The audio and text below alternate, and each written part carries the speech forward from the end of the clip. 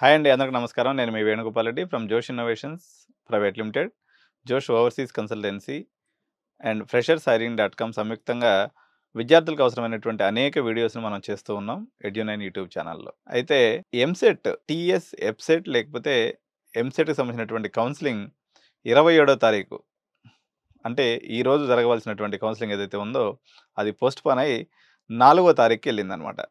దీనికి ఏం కారణాలు ఉండొచ్చు అని పేరెంట్స్ అందరూ కూడా విస్తృతంగా సెర్చ్ చేస్తూ ఉన్నారనమాట. సో ప్రధానంగా దీనికి 4-5 కారణాలు ఉన్నాయండి. సో ఏం కారణాలు అన్నట్లయితే మొట్టమొదటి కారణం ఈ అడిషనల్గా మనకు ఒక 23,000 24,000 సీట్లు అడిషనల్గా రావాల్సి ఉంది. ఇందులో హాఫ్ ఆఫ్ ది సీట్స్ ఏదైతే ఉన్నాయో ఒక బ్రాంచ్ నుంచి ఇంకొక బ్రాంచ్కి మెర్జర్ అయిపోయినటువంటి సీట్లు ఒక 12,000. అంటే మెకానికల్, సివిల్, ట్రిబుల్ లేకపోతే కొన్ని బ్రాంచ్లు ఈసీఈ, కొన్ని ఏఐడిసి ఇట్లాంటి బ్రాంచ్లన్నీ క్లోజ్ చేసి బాగా సేల్ అయ్యేటువంటి బ్రాంచెస్ ఏదైతే ఉన్నాయో సిఎస్సి, ఏఎంఎల్ బ్రాంచెస్కి కాలేజీ వాళ్ళందరూ కూడా మార్చుకున్నారు. సో దీనికి సంబంధించి ఏఐసిటి అప్రూవల్ అనేది రావడం జరిగింది. కానీ జేఎన్టీయూ అప్రూవల్ ఇంకా పెండింగ్ ఉంది. ఎందుకు పెండింగ్ ఉంది అని మనం చూసినప్పుడు ఈ యొక్క పర్మిషన్ ఏదైతే ఉందో రిమైనింగ్ 12,000కి సంబంధించినటువంటి పర్మిషన్ ఏదైతే ఇస్తే ఫైనాన్షియల్గా గవర్నమెంట్కి చాలా బర్డెన్ పడుతుంది. ఎట్లా? ఫీజు రీయింబర్స్మెంట్ రూపంలో. సో ఇది ఫైనాన్షియల్ ఇంప్లికేషన్ ఉంది కాబట్టి ప్రజెంట్ మన విద్యాశాఖ మంత్రి అయినటువంటి రేవంత్ రెడ్డి గారు, అదేవిధంగా ముఖ్యమంత్రిగా కూడా వారు ఉన్నారు కాబట్టి వారు అందుబాటులో లేకపోవడం, ఈ 2 రోజులు కాంగ్రెస్ ఎమ్మెల్యేల ప్రమాణ స్వీకారం, పార్లమెంట్ సమావేశాల వాటి వల్ల ఆయన ఢిల్లీలో ఉన్నారు. దానివల్ల ఆయన వచ్చిన తర్వాత దీని మీద ఒక డెసిషన్ తీసుకునే అవకాశం ఉంది. సో ఇది ఇంకొక కారణం, ఇది ప్రధానమైనటువంటి కారణం. రెండో కారణం ఏంటంటే ఏఐసిటికి సంబంధించినటువంటి అప్రూవల్స్ ఏదైతే ఉన్నాయో ఇవన్నీ ఇచ్చారో దేశవ్యాప్తంగా కొత్త గవర్నమెంట్ మళ్ళీ ఫామ్ అయింది కదా, 3వ బీజేపీ గవర్నమెంట్ ఫామ్ అయింది కాబట్టి వీటికి సంబంధించి కూడా ఒక రివ్యూ అనేది జరుగుతుంది ఏఐసిటి లెవెల్లో. సో జనరల్గా ఏఐసిటి ఎక్స్టెన్షన్ ఆఫ్ అప్రూవల్ ఏదైతే ఉందో దీన్ని ఇవ్వడానికి ఆఖరి తారీఖు వచ్చేసి 30వ తారీఖు. కొంతమందికి సీట్స్ కట్ చేసేటువంటి అవకాశం కూడా ఉంది అనేటువంటి కొరిజెండం అంటారు దీన్ని. కొరిజెండం అంటే ఒక ఇన్ఫర్మేషన్ ఫార్మాట్ కొన్ని కాలేజీలకి దేశవ్యాప్తంగా కూడా రావడం జరిగింది. అంటే 600 పైన ఎవరైతే సీట్లు ఎక్స్ట్రాగా అప్లై చేసుకున్నారో వాళ్ళకు కొన్ని సీట్లు కత్తిరిపెట్టేటువంటి అవకాశం ఉందనేసి ఢిల్లీ వర్గాల నుంచి ఉన్నటువంటి సమాచారం. ఇది రెండో కారణం వల్ల ఈ కౌన్సిలింగ్ అనేది 30వ తారీఖు దాకా చూసుకొని 4వ తారీఖు పెడదాంలే. Central government of India AICT నిర్ణయాన్ని బట్టి సీఎం గారు కూడా ఒక నిర్ణయం తీసుకొని, మన విద్యామంత్రి అయినటువంటి సీఎం గారు కూడా ఒక నిర్ణయం తీసుకొని ఈ సీట్స్ ఎన్ని రావడం ఏందనేటువంటిది ఒకటి తెలుస్తుంది. ఈ 2 కారణాల వల్ల ప్రధానంగా మనకి కౌన్సిలింగ్ అనేది పోస్ట్ పోన్ అవుతుంది. మూడో కారణం ఏంటంటే ఎప్పుడైనా సరే కాలేజీలన్నీ కూడా ఒక లాబింగ్ నెట్వర్క్గా ఏర్పడి ఎడ్యుకేషన్ మినిస్ట్రీతో కానీ గవర్నమెంట్తో కానీ ఒక చిన్న ఒప్పందం చేసుకుంటాయన్నమాట. ఎందుకంటే ఈ డబ్బులు కట్టే బ్యాచ్ అందరూ కూడా పూర్తి అయిపోయిందాక ఆ సీట్లు ఇవ్వద్దండి, ఆ సీట్లు ఇస్తే మిగిలిన రేట్లన్నీ పడిపోతాయి, ఇప్పుడు మేము అమ్ముకున్న కాడికి అమ్ముకుంటాం గట్టిగా, తర్వాత మీరు లాస్ట్లో ఇవ్వండి అని చెప్పేసి వీళ్ళు ఒక ఒప్పందం లాగా చేసుకుని గవర్నమెంట్ తోటే లాలూచి పడి జరుగుతూ ఉండేది ఇంతకుముందు కాలంలో. సో ఈ లాబింగ్ ఇంకా క్లారిటీగా సెట్ అవ్వలేదు. ఎవరికి? గవర్నమెంట్కి అనుకోండి, కాలేజ్ యాజమాన్యాలకు సంబంధించినటువంటి లాబింగ్ నెట్వర్క్ క్లారిటీగా సెట్ అవ్వకపోయినందువల్ల ఇది పోస్ట్ పోవడం అనేది మూడో కారణం.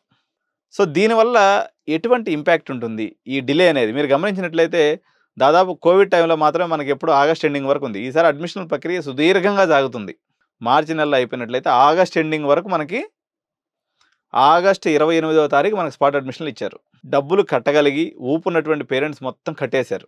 కాలేజీ యాజమాన్యాలు కూడా ఇది కొత్త గవర్నమెంట్ కావడం వల్ల అనేక కాలేజీల్లో ఊహించినటువంటి రేట్లు అమ్ముడుపోతున్నాయి. జి నారాయణమ్మ కానీ, లేకపోతే బీవీఆర్ఐటి కానీ, లేకపోతే గోకరాజు కానీ, సివిఆర్ కానీ, కేఎంఐటి కానీ, వీళ్ళు ఏదో ఒక కొంత సందిగ్ధమైనటువంటి వాతావరణం, అంటే ప్రతి సంవత్సరం ఉన్నట్టుగా లేదు మార్కెట్. ఇది ఒక సందిగ్ధమైనటువంటి వాతావరణంలో మార్కెట్ అనేది నడుస్తూ ఉంది. కంపారిటివ్గా పోయిన సంవత్సరం మనకు 10 లక్షల రూపాయలు పెట్టుకుంటే దొరికే సీటు కూడా ఈ సంవత్సరం 14-15 దొరికినా కానీ స్ట్రైట్గా దొరకట్లేదు. సో ఇలా ఎందుకు జరుగుతుంది అనేది మనం నెక్స్ట్ వీడియోలో కూడా చూద్దాము. ప్రజెంట్ అయితే ఈ కౌన్సిలింగ్ పోస్ట్ పోన్ అవ్వడానికి 3 కారణాలను చూసాము. ప్రజల మీద ఉన్నటువంటి ఇంపాక్ట్ ఏంది? ఈ 4 రోజులు ఎవరు కాలేజ్ మొహం చూడొద్దండి. 4వ తారీఖు దాకా ఆగండి మీరు జర నిమ్మలంగా. ఒకవేళ సీట్లు వచ్చినాయి అంటే రేట్లు డమాలను పడిపోతాయి. సీట్లు రాకపోతే ఏమవుద్ది? ఇప్పుడున్న దాని మీద 1,00,000, 1,50,000 పెరుగుతుంది, కానీ పడితే మాత్రం 4-5 లక్షలు పడుతుంది కాలేజ్ మీద రేటు. పిల్లమిత్ర కాలేజీలో కూడా ఇప్పుడు 2-3 లక్షలు, 4 లక్షలు డొనేషన్ దాకా అమ్ముతా ఉన్నారు. కానీ అలాంటి సిచ్యువేషన్ అయితే సీట్స్ వస్తే మాత్రం చాలా కాలేజీలు ఒక 3 లక్షల రూపాయల కరెక్షన్, అంటే ఉదాహరణకి ఒక అటానమస్ కాలేజీలో ఒక 2 లక్షల నుంచి 3 లక్షలు నడిచే కాలేజీ ఉందనుకోండి, అది 0 డొనేషన్ అయిపోయే అవకాశం ఉంది. ఎవరు ఇప్పుడు ఈ పర్టిక్యులర్‌గా ఈ వారం రోజులు కూడా ఎవరు తాపత్రయపై సీట్స్ తీసుకోవాలి అని నేను సజెస్ట్ చేస్తున్నానంటే, పలానా కాలేజ్ అని పట్టుబట్టి సీఎస్‌సి, ఏఎంఎల్ మాత్రమే కావాలి. ఈ సంవత్సరం అది కొంత క్రేజ్ ఏం లేదండి. కాకపోతే ఏందంటే సీఎస్‌సి సీట్లేమో మనకి ఎక్కువున్నాయి. అంటే ఒక ఏఎంఎల్ సీట్ ఉంటే 2 సీఎస్‌సి సీట్లున్నాయి. కానీ డిమాండ్ వచ్చేసి ఒకటి సీఎస్‌సి అడుగుతున్నాడు. ఒకటి మన సీఎస్‌సి, ఏఎంఎల్ అడుగుతున్నాడు. అడిగేవాళ్ళేమో ఇద్దరున్నారు. కానీ సప్లై ఏమో ఎక్కువుంది సీఎస్‌సిలో. అందువల్ల సీఎస్‌సి రేటు జర నార్మల్‌గా ఉంది. ఏఎంఎల్‌లో వచ్చేసి సీట్స్ కొంచెం టైట్ అనిపిస్తుందనమాట. ఈ ఏఎంఎల్ క్రేజ్ ఇంతగానం ఎందుకుందనేది నెక్స్ట్ వీడియోలో నేను మీకు చెప్తాను. సో, ఇదండి ఇన్ఫర్మేషను. కాబట్టి సప్లీ రిజల్ట్స్ వచ్చున్నాయి. మీరందరూ పరుగులు తోలుతున్నారు. మీరు పోయేటువంటి కాలేజీలు ఏదైతే ఉన్నాయో అంటే రూ. 1,00,000, రూ. 2,00,000 డొనేషన్ ఏదైతే ఉన్నాయో ఇదంతా ఉద్దర పంచాయతీ ఏముండదు. సీట్లు గాని వచ్చేసినాయంటే మాత్రం రేట్లు అధోపాతాళానికి పడిపోయే అవకాశం ఉంది. ఒక ఏఎంఎల్ రేట్లు మాత్రం అట్లా నిలబడేటువంటి పరిస్థితి తప్ప రిమైనింగ్ సీట్స్ ఏది కూడా రేటు నిలదొక్కునే అవకాశం లేదు.